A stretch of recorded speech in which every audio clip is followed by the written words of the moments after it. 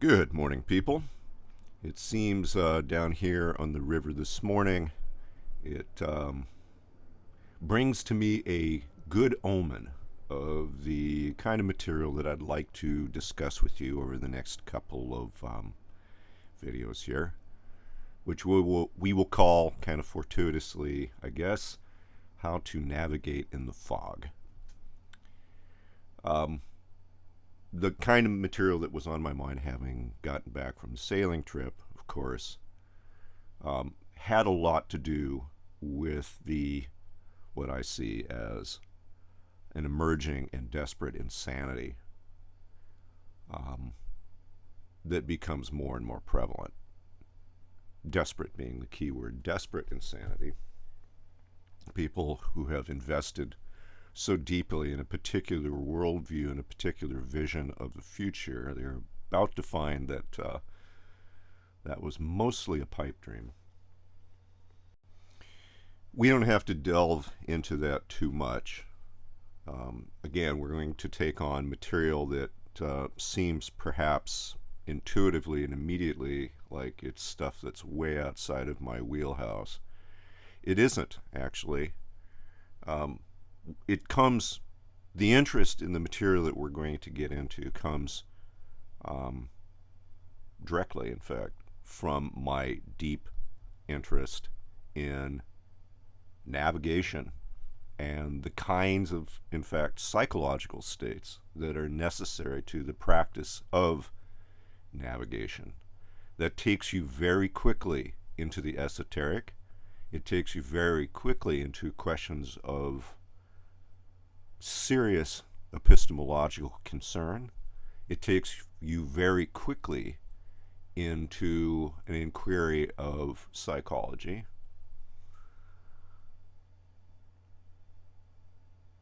The things that have gotten mariners into trouble historically were not matters of intellect. They were matters of judgment and prejudice. To be a good navigator requires primarily not a prodigious understanding of the world, although it's necessary to be conversant in the basic mechanisms of life. Really honest, skilled, observational skills are the fundamentally most important skill set of the navigator. The navigator finely tunes skills of observation and, as much as possible, forgoes forming judgments on the material until he or she feels that the collection of vectors that need to be analyzed in a particular set of circumstances, well, that it's sufficiently complex to understand the moment and to form a strategy by which one then acts. So, I mean, just immediately, just allow me to present that particular curious perspective, okay, coming from a very, very long ancient tradition of navigational practitioners, and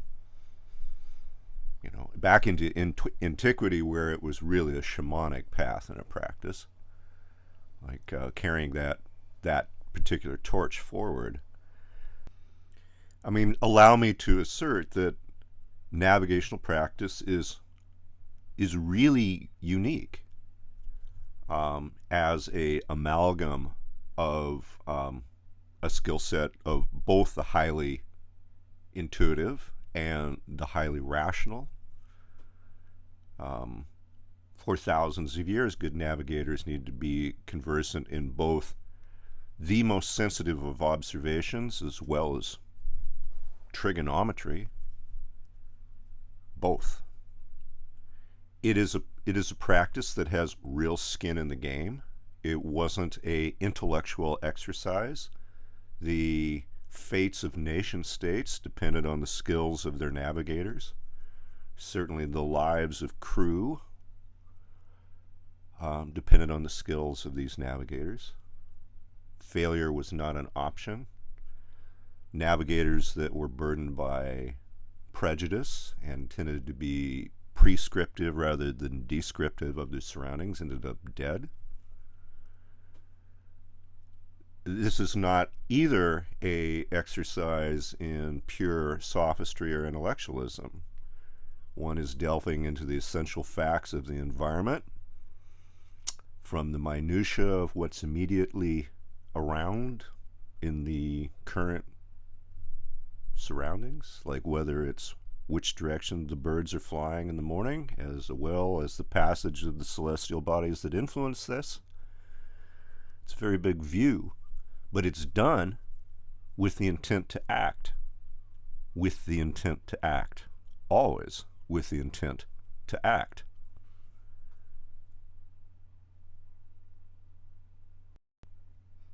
So that's a very, very, very high bar.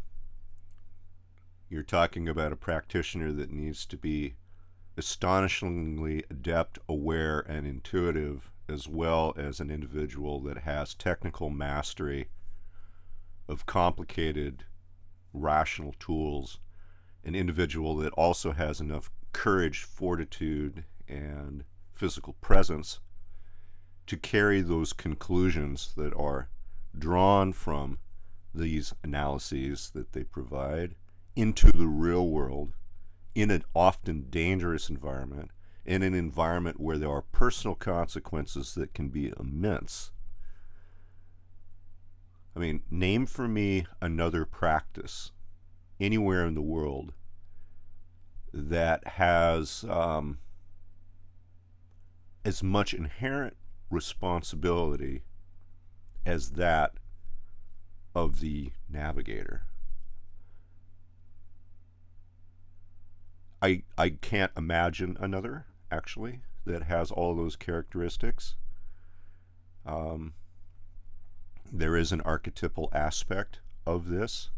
This is something I've played with for a lot of years, and this perspective of being an individual who has found themselves intermittently in that role and deeply, well, that is the perspective that I try to bring to the table here.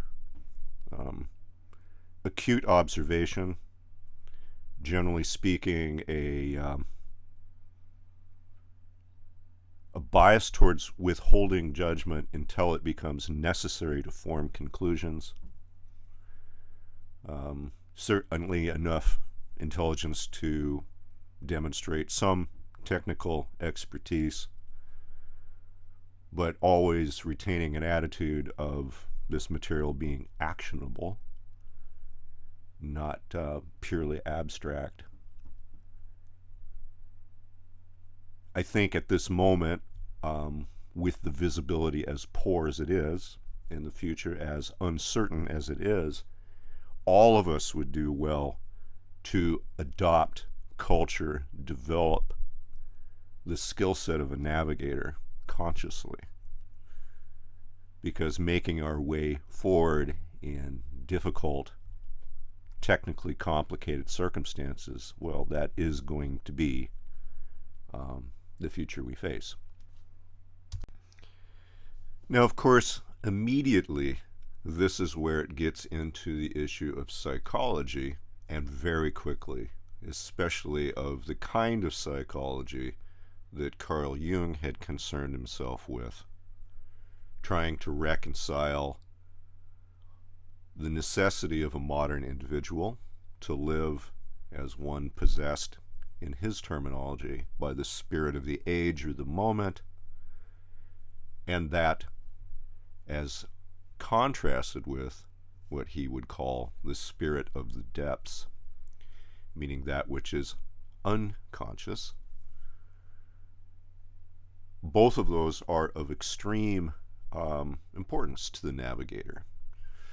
The navigator does have to live in a moment in which they are involved enough of the spirit of the age to use the tools that are available and to function in the tactical environment that he or she currently inhabits, But in reality, many of the skills of the navigator, especially on a wind ship, have not changed in thousands of years. The need to be as subtly aware of changes of scent, to be able to feel the presence of storm systems looming over the horizon, that hasn't changed in thousands of years. All of that stuff is visceral. We don't even have those skills solely as human beings. In fact, of course, we share even a more ancient deep spirit of the depths with other animals that navigate. Certainly birds, certainly whales, certainly plenty of animals out there share these migratory instincts and have navigational skills in and of their own right. And of those that still exist, they suffer the same difficulties as the modern human navigator, meaning that the noise of civilization has made it very hard to hear. And definitely birds struggle with navigation because they are blinded by the activity of human civilization at the moment. Whales struggle to feed.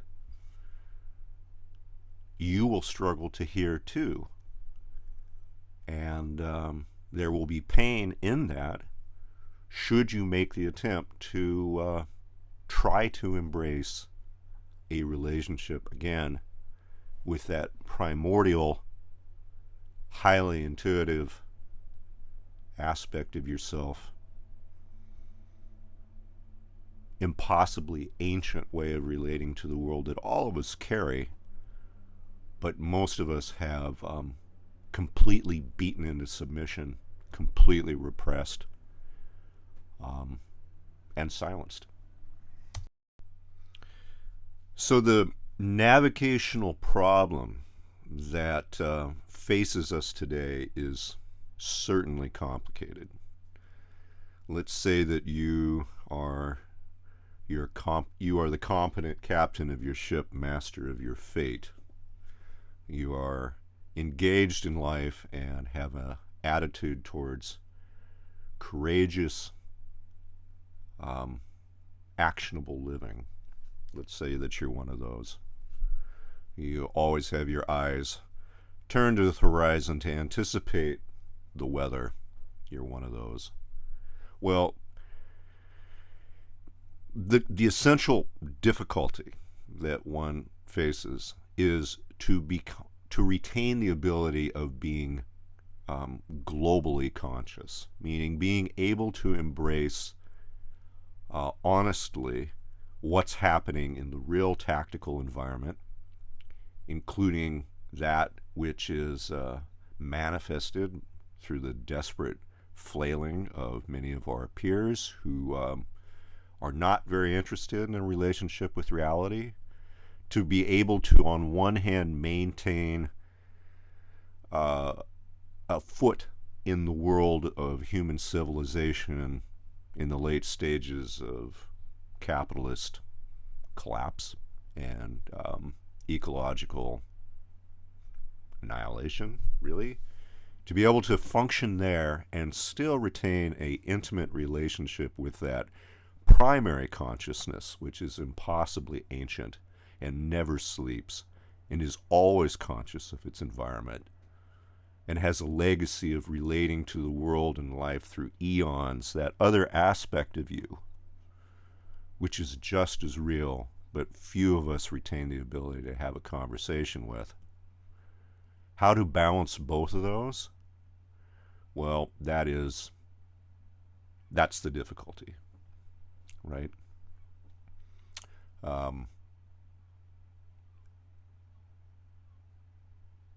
You could go nuts trying to do that, but you will also definitely go nuts if you deny trying to do that. I'm here to offer my own strategies for trying to do that rather than denying to do that. And well, anyway, I hope that provides some insights over the next few chit chats. That's my perspective, just to lay that on the table. It's a complicated conversation. It gets very deep very quickly. Again, it can seem like a pure exercise in intellectualism. Not in my world. It's not, actually. I have to be as subtly aware of wind and tide as I am about the shenanigans of billionaires on mega yachts. I have to be conversant in predicting what both of those are going to do.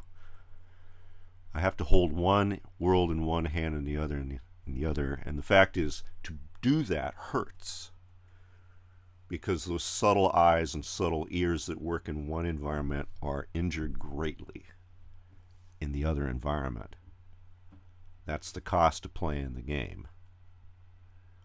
Compromises are needed in one's life to retain the ability to be functional in both. We will discuss all that. Anyway, that's a lead into the conversation at hand, and I hope it's useful. Cheers.